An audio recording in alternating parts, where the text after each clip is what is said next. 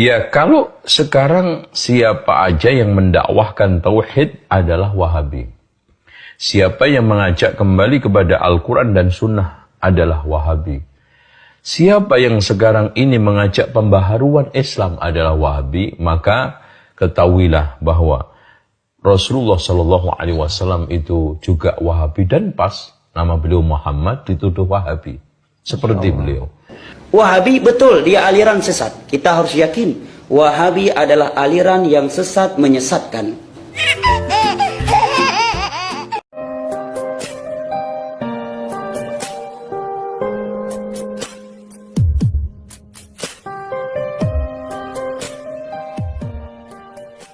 Assalamualaikum warahmatullahi wabarakatuh. Pada kali ini kita akan membahas tentang pernyataan dari Ustadz Zainal Abidin. Beliau mengatakan bahwa Nabi Muhammad Wahabi, sahabat Wahabi, ulama salaf Wahabi, Imam Syafi'i juga Wahabi.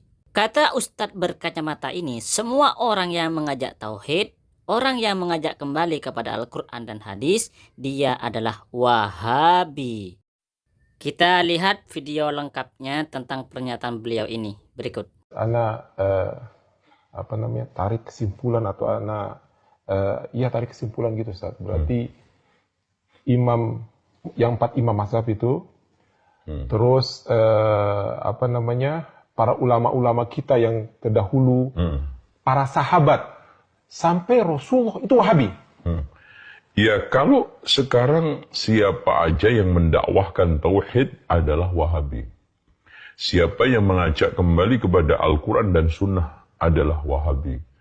Siapa yang sekarang ini mengajak pembaharuan Islam adalah Wahabi, maka ketahuilah bahwa Rasulullah Shallallahu Alaihi Wasallam itu juga Wahabi, dan pas nama beliau Muhammad dituduh Wahabi seperti beliau. Kemudian juga Abu Bakar, Umar, Utsman, Ali radhiyallahu anhum yang di dalam banyak pernyataannya mengajak kembali kepada Al-Quran dan Sunnah di saat fitnah juga Wahabi.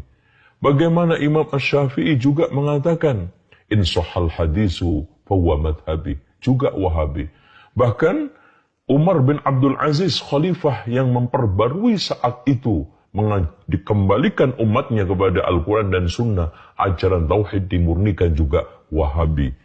Begitu juga Imam Syafi'i, mujaddid yang abad kedua, mengembalikan Islam ini kepada relnya Wahabi. Muhammad ini Imam Ahmad ibnu Hanbal yang di sana bersikeras mempertahankan Al-Quran ghairu makhluk karena ingin menghidupkan ajaran salafun soleh, juga Wahabi.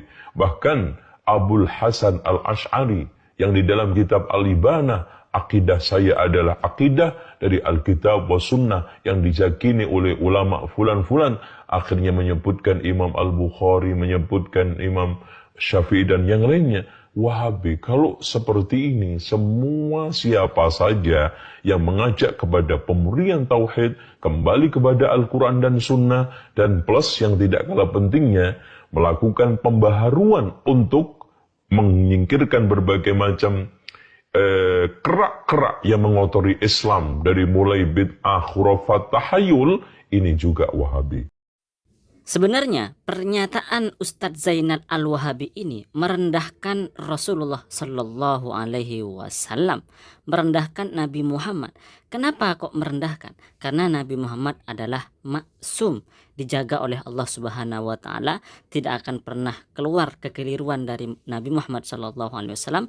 Apa yang disampaikan oleh Nabi Muhammad pasti benarnya, pasti lurusnya, pasti dari Allah Subhanahu wa Ta'ala, mulai dari perbuatan, perkataan, takrirnya Rasulullah, itu adalah semuanya benar, semuanya dari Allah Subhanahu wa Ta'ala. Sedangkan pendiri Wahabi, Syekh Muhammad bin Abdul Wahab, dia enggak maksum.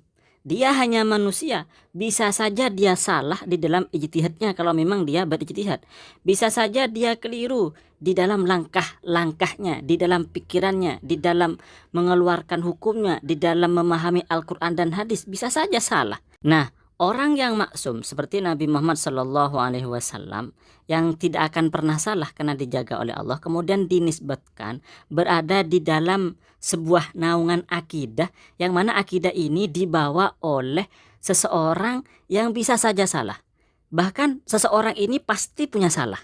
Nah, kalau seperti ini punya adab enggak kepada Rasulullah? Jadi enggak pantas lah Rasulullah yang mana utusan Allah kemudian disebut sebagai Wahabi. Kalau Rasulullah disebut sebagai Wahabi itu kan artinya pengikut akidah Wahabi. Sama akidahnya dengan Wahabi. Nah, ini masalahnya di sini.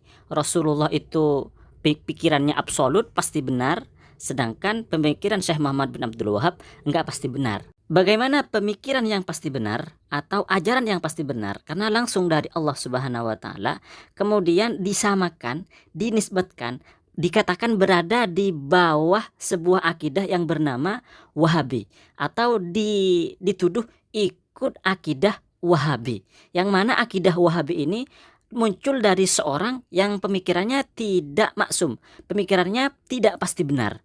Bisa saja salah, bahkan bisa dikatakan pasti ada salahnya. Maka sebenarnya pernyataan Al-Wahabi ini adalah merendahkan dan kurang adab, kurang ajar kepada Nabi Muhammad SAW. Baik, kita lanjutkan. Tauhid Nabi Muhammad SAW sudah pasti benarnya, karena langsung dari Allah Subhanahu wa taala. Tauhid ulama salaf juga kita yakini akan kebenaran tauhid ulama salaf, tauhid mereka. Karena apa?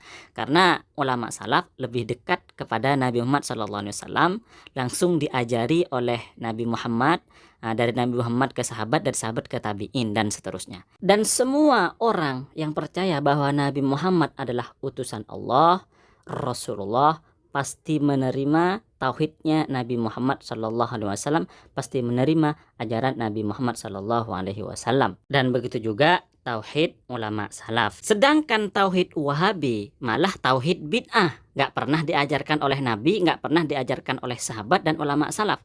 Tauhid Wahabi itu kan tauhid yang dibagi tiga itu, yang lahirnya dan konsepnya itu bukan dari ulama salaf, tetapi dari Ibnu Taimiyah. Dan konsep ini, tauhid bid'ah. Kenapa kami katakan bahwa tauhid Wahabi itu tauhid bid'ah? Karena bertentangan dengan Al-Quran dan bertentangan dengan hadis. Monggo dicek di konten kami, di video kami dengan judul Sisi Gelap Tauhid Wahabi. Di situ jelas bahwa tauhid Wahabi, uluhiyah, rububiyah, asma wa sifat itu bertentangan dengan konsep di dalam Al-Quran dan hadis. Ini juga, andaikan Wahabi itu konsisten kepada kaidah mereka, maka mereka tidak akan membagi bid'ah itu menjadi tiga, menjadi uluhiyah, rububiyah, asma wa sifat. Kenapa? Karena andaikan pembagian tauhid ini baik dan benar, pasti sudah diajarkan, sudah dibagi oleh ulama salaf, oleh para sahabat, oleh para tabi'in, sudah diajarkan bahwa tauhid itu adalah terbagi menjadi tiga, uluhiyah, rububiyah, asma wa sifat. Andaikan memang tauhid ini adalah tauhid yang baik, sebagaimana konsep bid'ah Wahabi. Berarti sebenarnya Wahabi itu juga ahli bid'ah. Ini malah di dalam akidah, di dalam masalah tauhid yang ahli bid'ah. Kalau tauhid Nabi Muhammad SAW dan ulama salaf itu diterima dan ingin dipegang oleh umat Islam, maka tauhid Wahabi itu ditolak oleh ahlul kiblah. Maksudnya adalah ditolak oleh umat Islam, oleh ahlus sunnah wal jamaah. Bahkan oleh Wahabi sendiri kadang ditolak itu tauhid Wahabi. Contohnya, Wahabi sesama Wahabi bertengkar dan saling mengkafirkan. Nah, ini apa kalau bukan menolak tauhid Wahabi? Wahabi menolak tauhid sesama Wahabi. Nah, ini. Baik, kita lanjutkan. Celoteh Wahabi. Biasanya ketika kita mengajak kepada mereka untuk bermadhab, dan kita bilang kepada mereka bahwa kita itu bermadhab Syafi'i, bermadhab Hanafi, bermadhab Maliki, dan seterusnya, dalam fikih itu bermadhab 4 itu, maka mereka menyanggah, mereka mengatakan begini, emang Nabi Muhammad itu bermadhab, emang sahabat itu bermadhab, emang tabi'in itu bermadhab. Apa madhab mereka? Mereka itu nggak bermadhab Syafi'i, kita kok harus bermadhab Syafi'i? Nah, biasanya begitu. Ustadz sekelas Firanda saja tidak mengharuskan bermadhab. Beda dengan kita Ahlus Sunnah wal Jamaah. Kalau di zaman sekarang maka kita harus bermadhab, ikut pendapat Imam Syafi'i misalnya. Kenapa? Karena kita nggak bisa langsung memahami Al-Quran dan hadis, langsung istimbatul ahkam kepada Al-Quran dan hadis. Berarti kita Ahlus Sunnah wal Jamaah meninggalkan Al-Quran dan hadis? Oh tidak. Kenapa?